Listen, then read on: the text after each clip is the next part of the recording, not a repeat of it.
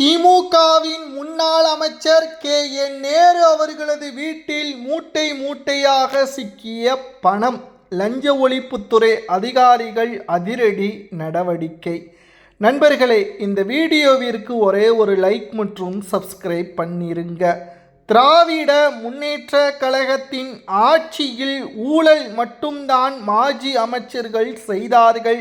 அதற்கான ஆதாரங்களையும் தாவேகாவின் அமைச்சர் தெள்ளத் தெளிவாக கூறியிருப்பார். அதிலும் முன்னாள் அமைச்சர் ஏவா வேலு அவர்கள் அரசியலுக்கு வரும்பொழுது ரிக்ஷா, அதாவது அந்த காலத்தில் ரிக்ஷா பயன்படுத்தக்கூடிய எண்ணிக்கை அதிகம். அதில் ஒருவர்தான் ஏவா வேலு அவர்கள். ஆனால் இப்பொழுது பல்வேறு பங்களாக்கள், மருத்துவ கல்லூரிகள், பொறியியல் கல்லூரிகள் என்று நூற்றுக்கணக்கான சொகுசு ஆடம்பரமான கார்கள், பங்களாக்கள் என்று பல நூறு கோடிகளுக்கு அதிபதியாக இருக்கிறார்கள். இது எல்லாம் எப்படி வந்தது? இவர்கள் எல்லாம் அரசியலுக்கு வந்த பிறகு ஊழல் செய்து சம்பாதித்த பணம்தான் என்று தாவேகாவின் அமைச்சர் ஆதாரத்துடன் வெளியிட்டார். அதில் ஒருவர்தான் கே.என். நேரு அவர்கள். அமெரிக்கா, லண்டன் போன்ற வெளிநாடுகளில் 1000 ஏக்கர் 500 ஏக்கர் என்று ஒவ்வொரு குடும்ப உறுப்பினர்களிடம் விவசாய நிலங்களை வாங்கியுள்ளார். அமெரிக்கா, லண்டன் போன்ற நாடுகளில். தமிழ்நாட்டில் விவசாயம் செய்யக்கூடிய இடங்களில் கார்ப்பரேட் நிறுவனங்களை கட்டி கொண்டிருக்கின்றது திமுகவின் ஆட்சியில். ஆனால் இவர்கள் வாழ்க்கை மற்றும் இவர்களது வாரிசுகள் எந்த ஒரு விதத்திலும் பாதிப்பு அடையாமல் இருப்பதற்காக வெளிநாடுகளில் விவசாய நிலங்களை வாங்கி வருகிறார்கள். இதற்கான பணம் எங்கிருந்து வந்தது?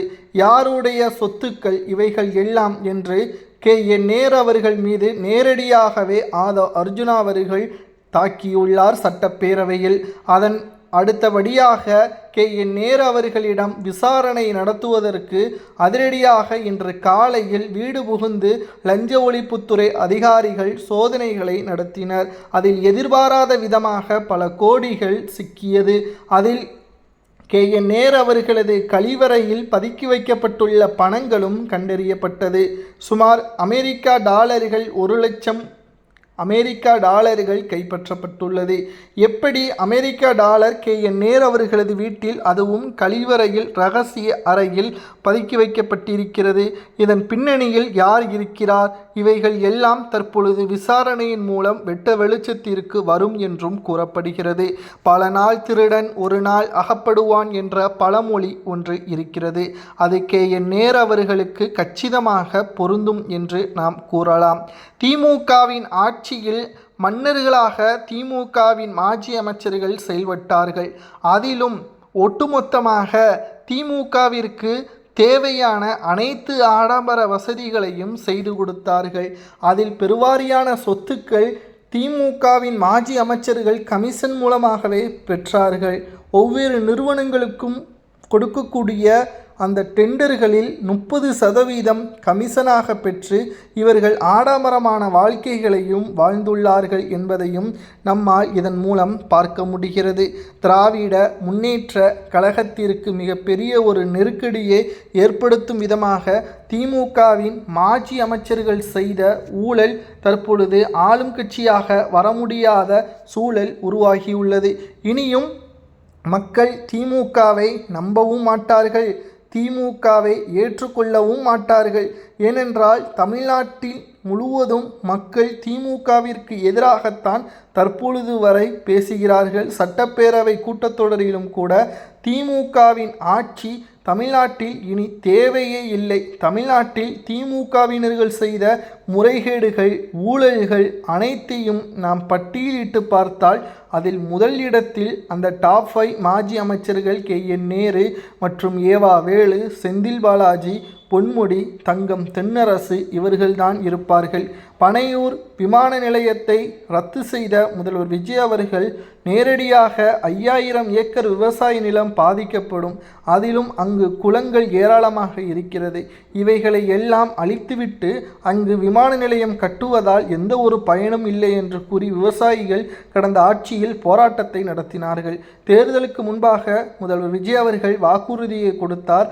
அதன் அடிப்படையிலேயே தற்பொழுது அதை ரத்து செய்து தற்பொழுது சட்டப்பேரவையில் தீர்மானமாகவும் நிறைவேற்றப்பட்டுள்ளது.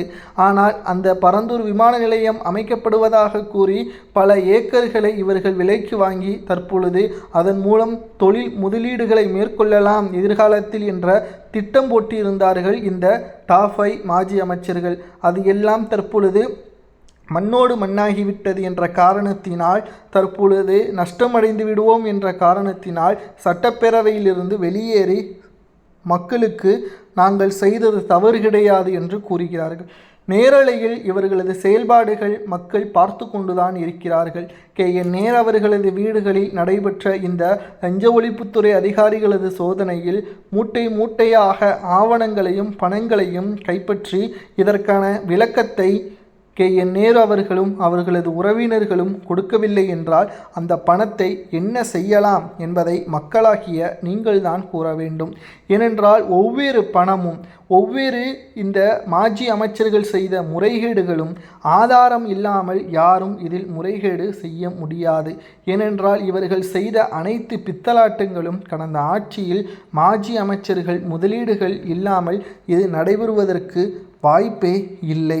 அவருடன் ஒத்துழைத்து இவர்களும் இந்த பித்தலாட்டங்களை செய்து பல கோடிகளை சம்பாதித்திருக்கிறார்கள். அதில் KN நேரு அவர்கள் தற்பொழுது வசமாக மாற்றியுள்ளார். திராவிட முன்னேற்ற கழகத்தின் ஆட்சி இனி தமிழ்நாட்டில் அமைவது மிகப்பெரிய ஒரு கடினம் என்ற தகவலையும் நம்மால் இதன் மூலம் பார்க்க முடிகிறது. திராவிட முன்னேற்ற கழகத்திற்கு மிகப்பெரிய ஒரு சிக்கலை KN நேரு உள்ளிட்ட திமுகவின் மாஜி அமைச்சர்கள் மூலமாகவே பாதிப்புகள் திமுக கடந்த 2021 சட்டப்பேரவை தேர்தலில் அவரது MK ஸ்டாலினின் மருமகன் சபரீசன் நடத்திய கருத்து கணிப்புகள் மற்றும் திட்டமிடுதல் இவைகளை வைத்துதான் திமுக ஆட்சியை கைப்பற்றியது. ஆனால் 2026இல் இவர்களது பேச்சுக்களை MK ஸ்டாலின் கேட்கவில்லை. சீனியர்களுக்கு இந்த முறை வாய்ப்புகள் வழங்க வேண்டாம் என்று பல முறை எடுத்து கூறியுள்ளார். ஆனால் சபரீசன் அவர்களது பேச்சை மாமனார் முன்னாள் முதல்வர் MK ஸ்டாலின் அவர்கள் கேட்காத காரணத்தினால் தோல்வியடைந்து சட்டப்பேரவைக்குள் தாவேக ஆளும் கட்சியாக வந்து பல்வேறு திட்டங்களை ரத்து செய்வது, தற்பொழுது சபரீசன் அவர்கள் பல முதலீட்டாளர்கள் அதாவது முன்னணி நிறுவனங்களிடமிருந்து பெற்ற பணத்தை திருப்பி கேட்பதால் இவர்களுக்கு என்ன செய்வதென்று தெரியாமல் வசமாக சிக்கியுள்ளனர். இது MK ஸ்டாலின் அவர்களின் மீது கடுமையான கோபத்தை சபரீசன் அவர்கள் செய்துள்ளார். இதனால் அரசியல் பிரச்சனை குடும்ப பிரச்சனையாக தற்பொழுது மாறியுள்ளது. இப்பேற்பட்ட ஒரு சூழலில் KN நேரு அவர்களது வீடுகளிலும் நடத்திய அமலாக்கத்துறை அதிகாரிகளது ரைடு திமுகவிற்கு மிகப்பெரிய ஒரு சிக்கலையும் அதிர்ச்சியையும் ஏற்படுத்தியுள்ளது. இதை பற்றி உங்களது கருத்துக்களை கூறுங்கள். கைப்பற்றப்பட்ட பணத்தை என்ன செய்யலாம் என்பதை கமெண்ட் வாயிலாக கூறுங்கள். நன்றி, வணக்கம்.